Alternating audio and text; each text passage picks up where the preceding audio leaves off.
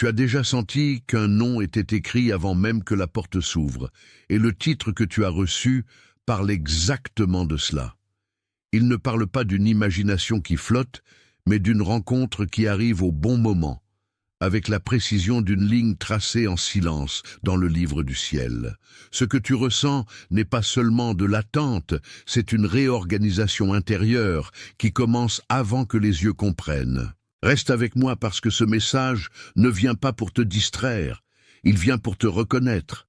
Il y a des jours où tu te lèves avec le cœur déjà fatigué, comme si la nuit avait laissé une pierre douce mais lourde sur ta poitrine. Tu regardes la chambre, la tasse, le téléphone posé sur la table, et tout semble normal, mais ton souffle ne s'accorde plus avec le décor. Tu fais ce que tu dois faire, tu réponds, tu avances, tu corriges ton visage devant les autres, pourtant quelque chose en toi demeure en attente. Ce n'est pas seulement de la fatigue, c'est la sensation qu'une place t'appelle avant que quelqu'un ne l'annonce à voix haute. Quand cela arrive, tu ne deviens pas fragile, tu deviens lisible. Et ce qui te traverse maintenant a le parfum d'un rendez-vous préparé depuis longtemps. Tu n'es pas en train de t'effondrer parce que tout devient confus. Tu es en train de percevoir parce que quelque chose s'aligne. Il y a des mouvements que l'âme reconnaît avant la logique, comme une clé qui approche d'une serrure qu'elle n'a jamais vue. Dans cette histoire, le nom de la bonne personne n'apparaît pas comme un hasard, mais comme une confirmation qui se dévoile en son temps. Tu vas reconnaître pourquoi certaines portes sont restées fermées, pourquoi certaines conversations se sont arrêtées, et pourquoi ton cœur n'a pas réussi à se satisfaire des réponses faciles. Tu vas aussi comprendre que le ciel ne travaille pas avec la précipitation qui t'épuise. Il travaille avec la justesse, et la justesse a souvent l'air d'un retard avant de devenir une délivrance. Imagine un matin ordinaire à Bezerros, quand la lumière entre sur le carrelage et que le ventilateur tourne sans consommer la paix de la pièce. Tu prends le téléphone, tu lis un nom, tu regardes encore, et ton estomac se resserre d'une manière que personne ne voit. Tu peux être en train de faire le café, de plier un vêtement, de préparer la...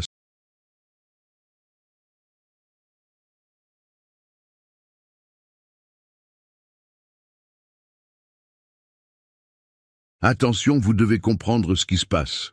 Maintenant, certaines personnes se sont éloignées, certaines portes se sont fermées, et des situations qui semblaient sûres ont commencé à changer sans explication. Ce n'est peut-être pas une coïncidence. Le protocole secret des élus a été créé pour ceux qui sentent que Dieu réorganise leur vie, mais qui ne comprennent pas encore la raison de tant de pertes, de silence et d'interruptions. À travers cette étape, vous apprendrez à reconnaître ce qui doit être laissé derrière vous, ce qui est en train d'être protégé, et quels signes peuvent apparaître avant un grand changement. Ne forcez pas des portes qui ont peut-être été fermées pour vous protéger. N'insistez pas auprès de personnes ou sur des chemins qui ont déjà accompli leur rôle dans votre parcours. Il arrive un moment où insister cesse d'être de la foi et devient de la résistance. Découvrez maintenant le protocole secret des élus. Je l'ai laissé pour vous, tout en haut des commentaires de cette vidéo. Sorti, mais l'intérieur reste debout, comme s'il attendait qu'on lise la même phrase 2 fois. C'est ainsi que beaucoup de signes arrivent, non pas avec du bruit, mais avec une insistance calme. L'ancien monde te demanderait d'ignorer cela et de continuer comme si de rien n'était. Mais la nouvelle lecture dit autre chose. Ce que tu sens n'est pas un caprice de ton humeur, c'est un appel à discerner. Tu fais partie de ceux qui perçoivent plus vite que les autres, et cela ne te rend pas supérieur, cela te rend responsable. Les personnes sensibles ne sont pas seulement touchées plus fort, elles sont aussi averties plus tôt. C'est pour cela que certaines ambiances te fatiguent avant même que les mots deviennent durs. C'est pour cela qu'un sourire trop lisse peut te laisser un goût de vide, alors que tout le monde autour semble rassuré. Cette sensibilité peut te faire croire que tu exagères, mais souvent elle signale simplement que tu as déjà entendu ce que l'âme des autres n'a pas encore nommé. Le ciel ne méprise pas cette finesse. Il l'utilise comme une lampe dans un couloir où d'autres marchent presque à l'aveugle. Et pourtant, une opposition se glisse dans les petites choses, pas toujours dans les grandes crises. Elle entre par la fatigue, par les notifications, par la comparaison, par la voix qui te dit de te contenter de moins pour éviter la déception. Tu la vois quand tu ouvres le téléphone sans savoir pourquoi, quand tu te détournes de ce qui est clair pour regarder ce qui est seulement bruyant. Cette pression n'a pas besoin de te briser pour te ralentir, elle lui suffit de t'occuper. Elle veut remplir tes heures avec des urgences plus petites, afin que tu n'entendes plus l'appel principal. C'est ainsi que le brouillard travaille. Il ne nie pas la route, il la couvre. Et plus tu t'habitues à marcher dedans, plus tu oublies que la route existe. Le premier écho biblique de cette heure ressemble à Joseph, pas dans la gloire rapide, mais dans la fidélité qui traverse les pièces fermées. Il y a eu un temps où Joseph ne pouvait pas expliquer pourquoi le trou, la maison étrangère, la prison et la tente faisaient partie du même fil. Toi aussi, tu as connu des endroits où la réponse semblait retardée alors que la formation avançait déjà. Une table de cuisine, une voiture arrêtée devant un portail, un message sans réponse, tout cela peut devenir le lieu où le ciel enseigne la patience sans l'appauvrir. Ce que les gens appellent perte n'est pas toujours perte. Parfois, c'est la mise à l'écart d'une scène trop petite pour ce qui doit naître. Si tu fais semblant de ne rien voir, le cycle revient avec une douceur plus dure encore. Tu recommences à courir derrière ce qui ne t'appartient pas, et ton âme paie le prix de l'oubli. La paix devient plus rare, non parce qu'elle a disparu, mais parce que tu as cessé d'écouter quand elle parlait bas. Il existe un coup à appeler hasard, ce qui est en train de te guider. Ce coup n'est pas une punition, c'est une perte de clarté, et quand la clarté recule, l'obéissance devient plus lourde. Voilà pourquoi ce moment te demande de rester attentif, avant que l'habitude ne renomme à tort ce que le ciel a déjà nommé. Si, à cet instant, quelque chose en toi a reconnu ces signes, si ton souffle s'est calmé une seconde, ou si tes épaules ont cessé de lutter, écris 888 dans les commentaires. Ce n'est pas un code magique, c'est un petit accord visible, une manière simple de dire que tu as compris la visite. 888 parle d'abondance, de confirmation, de quelque chose qui se montre sans violence et sans confusion. Écris 888, puis reviens vers moi. Et reviens avec l'idée que ce qui t'a touché ne t'a pas seulement ému, cela t'a orienté.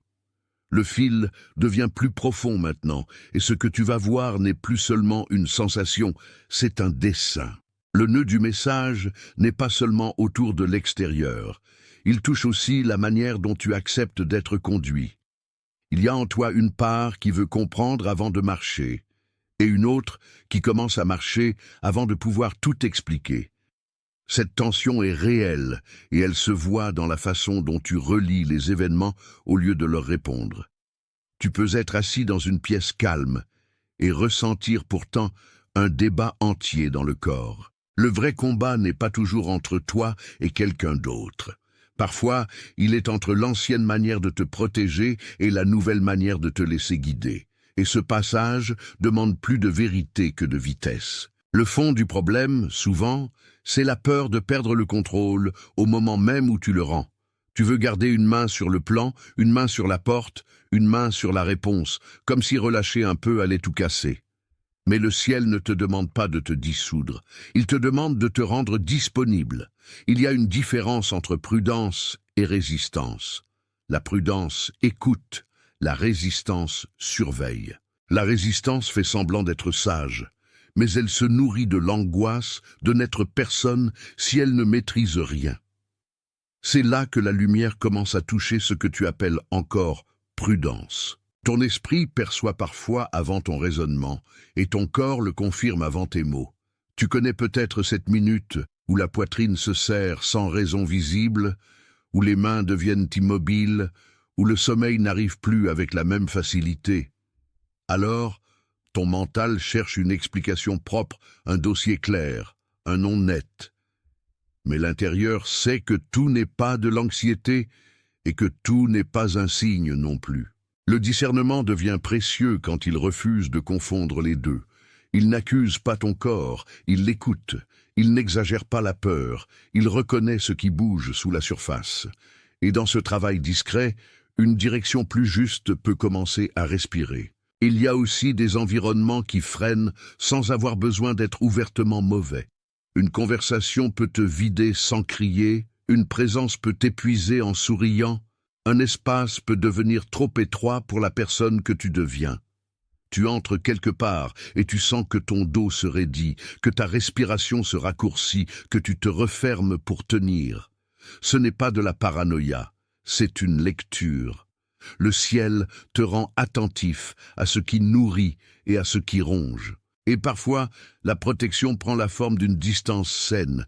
Ce n'est pas de la fuite, c'est de la gouvernance intérieure. La stratégie de l'opposition est souvent simple, presque banale, et c'est ce qui la rend dangereuse.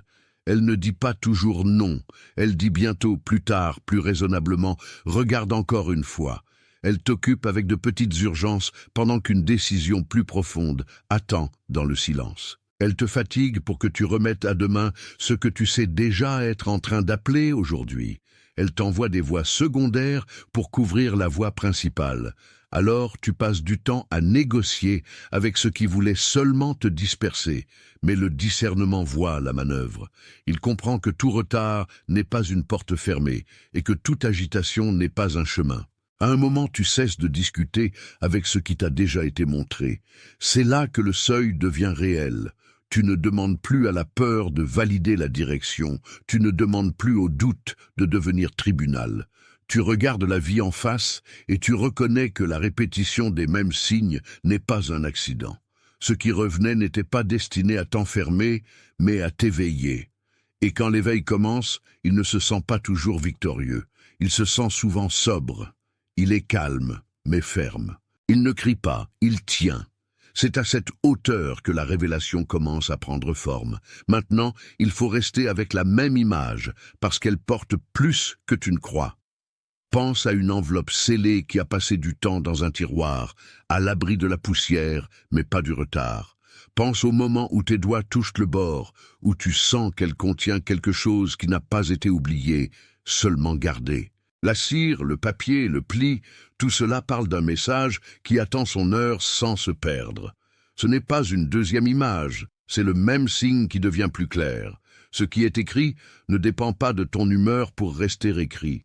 Il dépend de la fidélité de celui qui a vu avant toi. Et dans cette fidélité, un nom finit toujours par émerger. Tu as vécu, peut-être pendant longtemps, comme si certaines réponses devaient rester cachées parce que ton histoire n'était pas encore prête. Tu as mis de côté des rêves, des mots, des évidences, en pensant qu'ils s'éteindraient s'ils n'étaient pas servis tout de suite. Mais ce qui est gardé par le ciel n'est pas enterré, c'est protégé. Comme une lettre placée dans un tiroir sûr, le temps n'efface pas son contenu. Il prépare seulement le moment de l'ouverture. Le papier peut sembler silencieux, pourtant il continue de porter une intention. Et cette intention est en train de bouger vers toi avec une précision tranquille. Il y a eu autour de toi des mains qui ont voulu ouvrir trop tôt, expliquer trop vite, décider sans lire. Elles ont pu te presser, te réduire, t'arracher à l'attente qui formait ta patience. C'est ainsi que beaucoup de choses se déforment. Non par absence, mais par impatience. Une enveloppe ouverte de force perd la dignité de son heure. Une parole sortie trop tôt perd sa profondeur.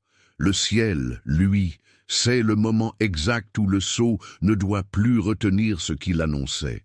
Et ce moment ne ressemble pas à l'urgence, il ressemble à la paix qui s'installe au bord de la certitude. Ce qui est étonnant, c'est que l'attente elle-même peut devenir un lieu de résistance ou de maturité. Si tu la vis comme une punition, elle t'use. Si tu la vis comme une gardienne, elle t'enseigne. La même pièce peut être une prison ou un atelier selon la lecture que tu en fais. Tu peux regarder l'enveloppe et ne voir que le retard, ou bien y voir une promesse qui n'a pas encore été remise au mauvais temps. L'ancienne lecture dit « Rien ne se passe ». La nouvelle dit « Quelque chose est tenu ». Et dans cette différence, ton cœur commence à se stabiliser. Le moment arrive où le sceau n'est plus une barrière, mais une protection, sur le point de céder à la bonne heure. Tu sens alors que la tension change de nature, comme lorsque le vent tourne avant la pluie. Ce n'est plus l'arrêt, c'est le passage d'un état à un autre. L'objet qui semblait immobile porte désormais le signe de ce qui va être lu. Les doigts qui tremblaient deviennent plus calmes. La respiration trouve une profondeur nouvelle. Tout le corps comprend avant les mots que le ciel n'a pas oublié la lettre. Il l'a gardée intacte pour cette heure précise. Si cette image a touché un endroit que tu n'expliquais pas, écrivez-jo isso dans les commentaires. Ce n'est pas une formule vide, c'est la petite phrase de celui qui reconnaît enfin ce qu'il voyait déjà sans l'oser. En l'écrivant, tu nommes une lecture qui était en train de naître en toi. Ensuite, reviens vers moi, parce que ce qui est scellé ne l'est pas pour rester fermé, mais pour rester vrai jusqu'au bon instant. Et ce vrai-là demande maintenant une réponse plus intérieure encore. La lettre continue, et elle touche à la manière dont tu te tiens devant ce qui t'a attendu.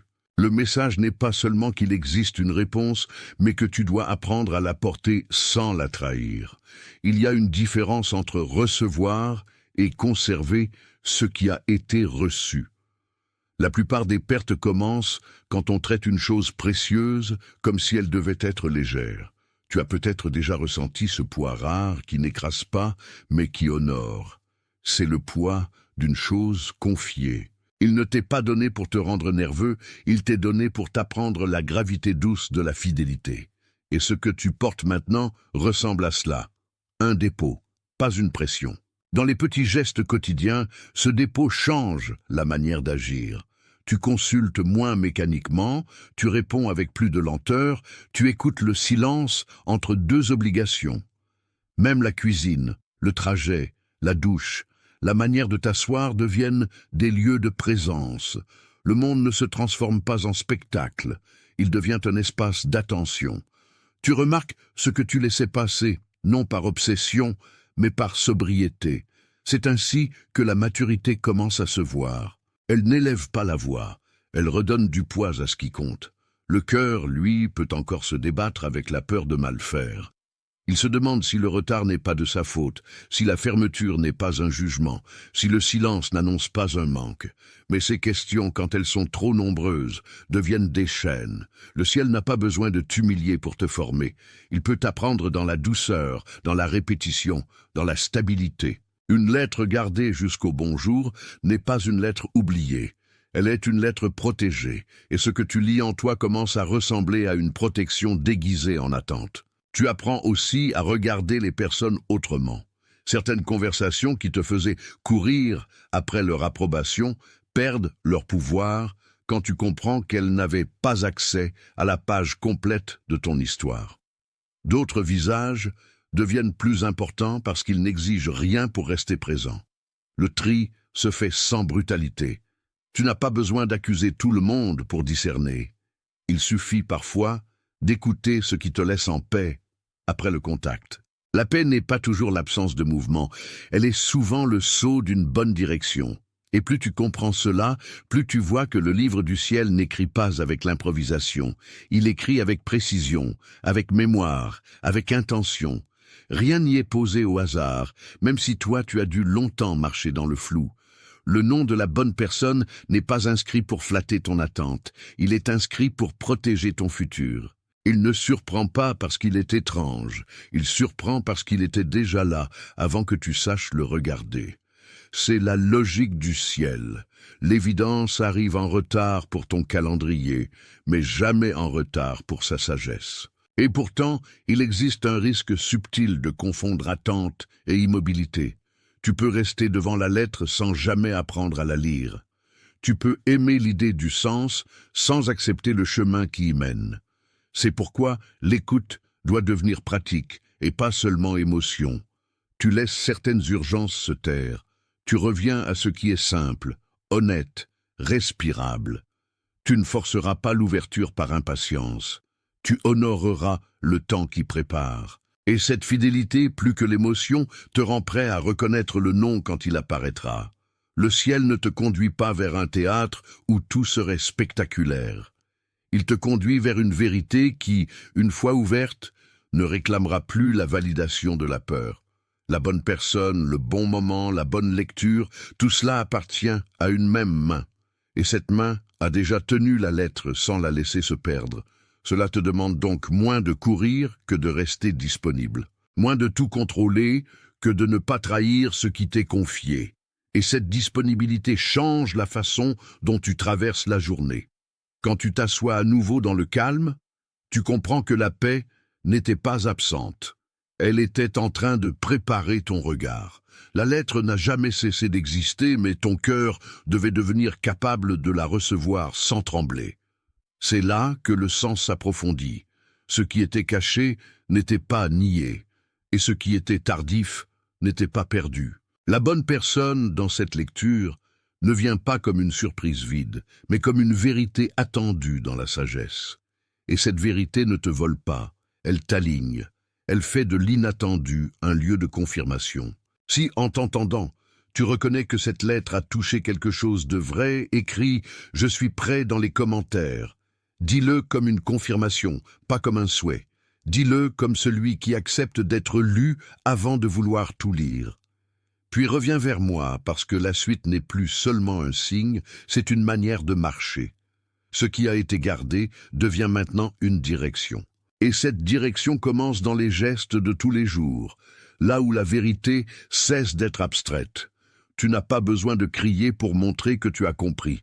Tu dois seulement vivre différemment à partir du moment où la lettre t'a trouvé. Dans la cuisine, dans la voiture, dans l'attente d'un message, dans le regard que tu poses sur ta propre journée, la disponibilité change tout. Tu arrêtes de surinterpréter chaque retard comme un refus. Tu arrêtes de traiter chaque silence comme une absence. Tu apprends à honorer le tempo du ciel qui est plus exact que ta peur. Et ce tempo n'éteint pas le désir, il lui donne une forme. Il y a des réponses qui n'entrent pas sous la pression. Elles entrent quand le cœur a cessé d'ouvrir et de fermer la main trop vite. Tu as peut-être vécu longtemps avec l'idée qu'il fallait mériter le signe. Mais un signe véritable n'est pas le salaire de ton effort, c'est une grâce de discernement. Cela ne te rend pas passif, cela te rend réceptif. C'est une autre posture, plus humble, plus stable, plus vraie. Et dans cette posture, le sceau cesse d'être un secret qui te tient à distance. Il devient une promesse gardée. La lettre ne te demande pas de courir derrière tout ce qui te ressemble. Elle te demande de rester devant ce qui t'est réellement destiné. Il y a une fatigue qui naît de vouloir forcer les correspondances, les réponses, les visages et les issues. Il y a une paix qui naît quand tu laisses les choses te rejoindre dans l'ordre juste. Les doigts qui s'agitent trop vite perdent la finesse du toucher.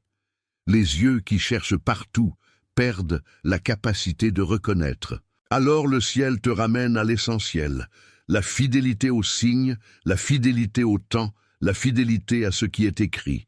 Et ce qui est écrit n'est pas seulement pour être admiré, mais pour être porté avec sobriété. Tu ne sors pas d'ici avec une promesse creuse, tu sors avec une conscience plus nette. Le nom de la bonne personne existe dans une mémoire plus haute que la tienne. C'est pourquoi tu peux te reposer sans devenir inattentif.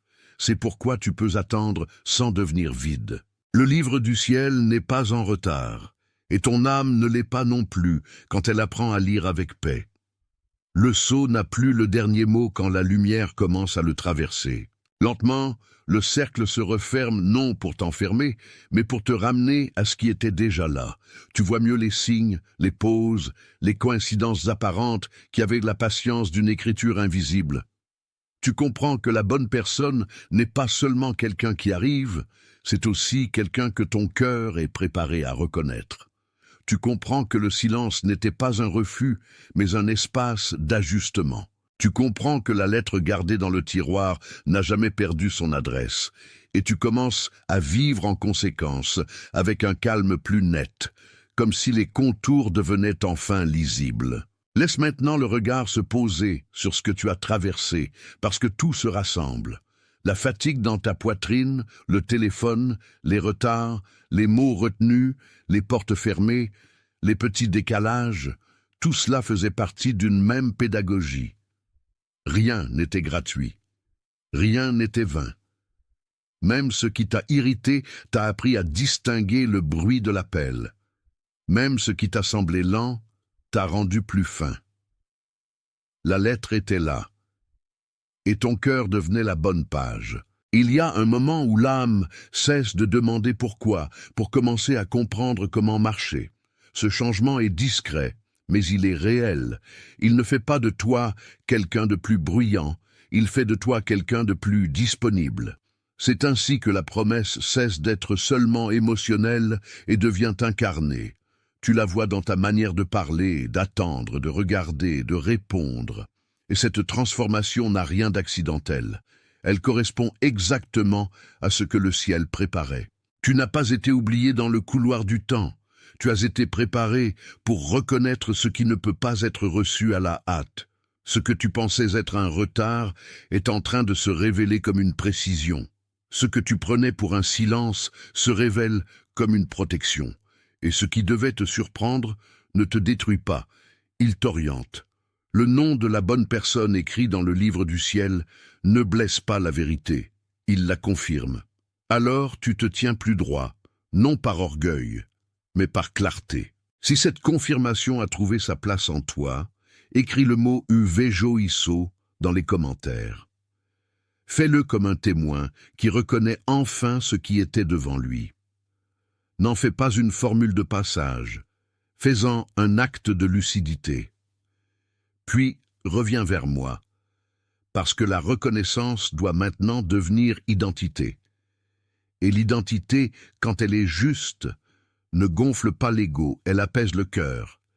C'est cette paix-là qui prépare la fin sans jamais la précipiter. Tu as commencé par une impression et tu avances maintenant avec une lecture plus fine. Entre les deux, il y avait des sons, des retards, des gestes, des fatigues et surtout un fil que tu n'as plus envie de rompre. Tu sais désormais que certaines choses ne se comprennent qu'après avoir été gardées. Tu sais que la lettre n'était pas perdue, seulement protégée. Tu sais que la bonne personne n'est pas une invention du désir, mais une écriture que le temps n'a pas effacée. Et ce savoir change la manière dont tu respires ce soir. Tu es confirmé, tu es rappelé, tu n'es pas en retard, tu n'es pas abandonné, tu es ramené vers ce qui n'a jamais été détruit, seulement tenu à l'abri jusqu'au moment juste.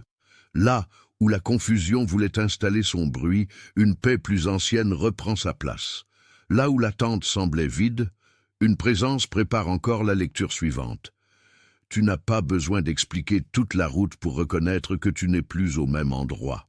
Tu es à l'intérieur d'une reconnaissance qui t'ordonne doucement le cœur. Et pendant que tu lis ces lignes, d'autres, partout dans le monde, reçoivent « Attention, vous devez comprendre ce qui se passe. Maintenant, certaines personnes se sont éloignées. Certaines portes se sont fermées. Et des situations qui semblaient sûres ont commencé à changer sans explication. Ce n'est peut-être pas une coïncidence.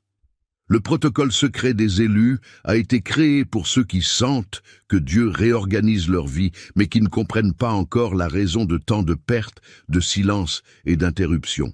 À travers cette étape, vous apprendrez à reconnaître ce qui doit être laissé derrière vous, ce qui est en train d'être protégé, et quels signes peuvent apparaître avant un grand changement. Ne forcez pas des portes qui ont peut-être été fermées pour vous protéger. N'insistez pas auprès de personnes ou sur des chemins qui ont déjà accompli leur rôle dans votre parcours. Il arrive un moment où insister cesse d'être de la foi et devient de la résistance. Découvrez maintenant le protocole secret des élus. Je l'ai laissé pour vous tout en haut des commentaires de cette vidéo.